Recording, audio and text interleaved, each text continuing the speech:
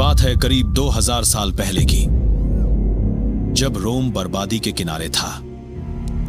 Corruption, inflation, गरीबी सब अपनी चरम सीमा पर थे, लेकिन लोगों को इन सब की परवाह नहीं थी। उनके लिए था सिर्फ एंटरटेनमेंट, ब्रेड और गेम्स, ब्लड और चीयर्स। एक सिंपल फॉर्मूला जिसे शक्तिशाली लोगों ने समझ लिया था, दूसरों को मैनिपुलेट करने के लिए। Give them pleasure and they will forget the pain. यही था असली डिस्ट्रैक्शन इकोनॉमी। शासक को अब हथियारों की जरूरत नहीं थी, उन्हें सिर्फ एंटरटेनमेंट चाहिए था।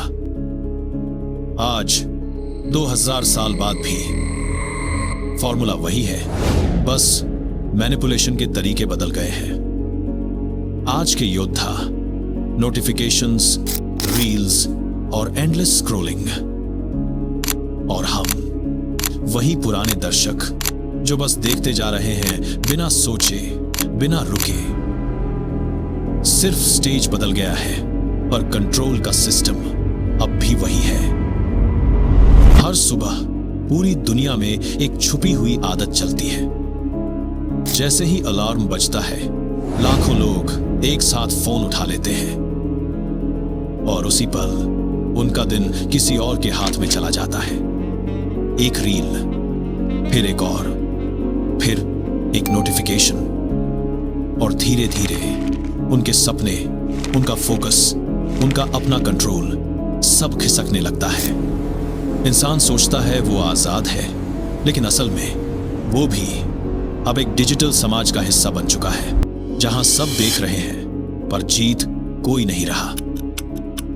हिस्ट्री रिपीट नहीं होती, सिर्फ रीपैकेज होती है। ब्रेड और सर्कस की जगह कंटेंट और कन्वीनियंस। और इस बार लड़ाई हर पॉकेट में है। साइंस कहता है, जब भी एक नोटिफिकेशन मिलती है, तुम्हारा ब्रेन डोपामिन रिलीज करता है, एक छोटी सी केमिकल रिवॉर्ड, वही रिवॉर्ड जिससे जुआ, शुगर और एडिक्शन चलते हैं। कंपनियां इस लूप को समझ गई हैं, और अब वो तुम्हारा अटेंशन बेचती हैं, सेकंड बाय सेकंड।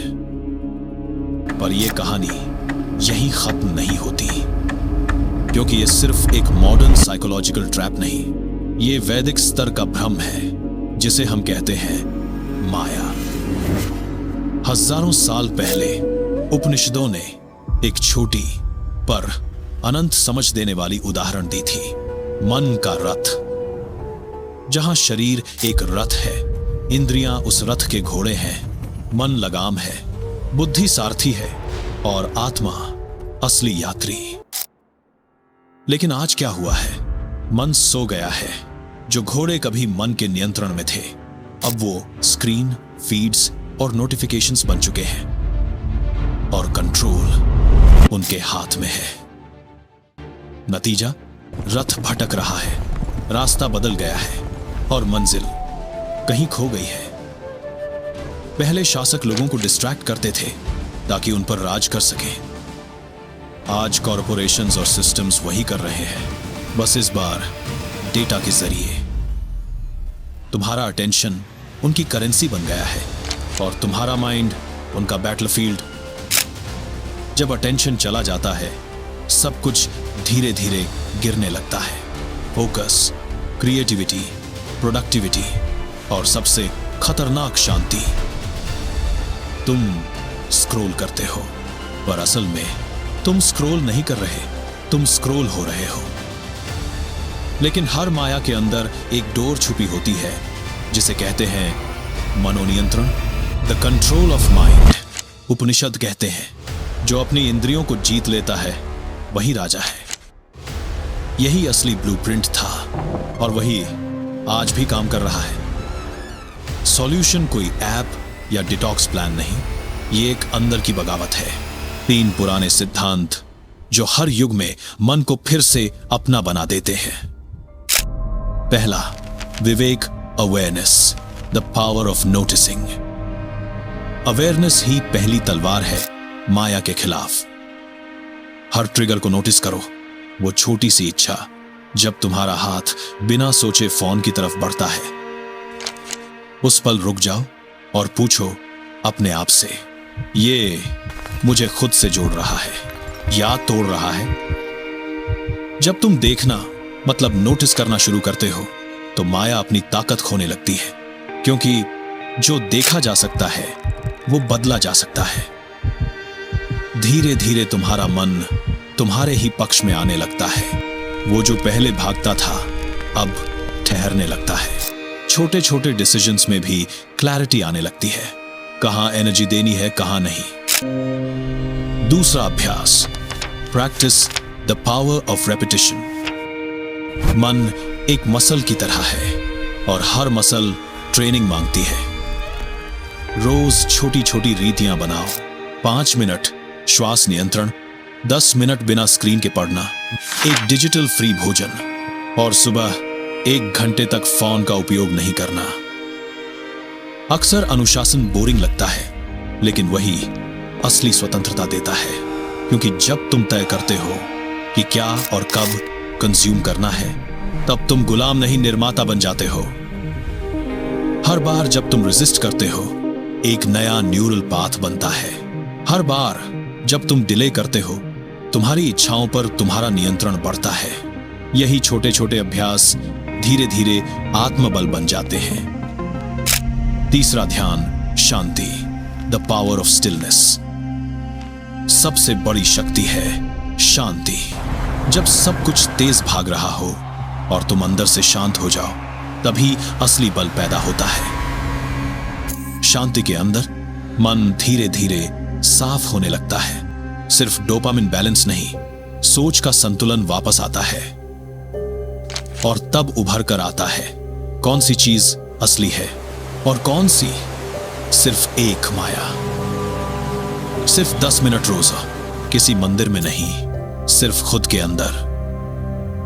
वो 10 मिनट जब तुम कुछ नहीं करते, वहीं से ट्रांसफॉर्मेशन शुरू होता है, क्योंकि साइलेंस कोई खालीपन नहीं, वो एक ब्रिज है जहां से तुम खुद तक लौटते हो।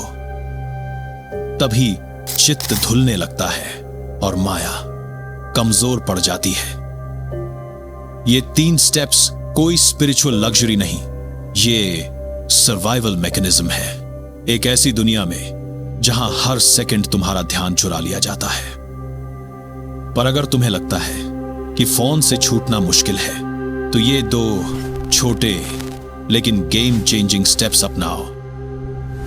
पहला, डोपामिन डिले टेक्निक। सुबह उठते ही फोन मत उठाओ।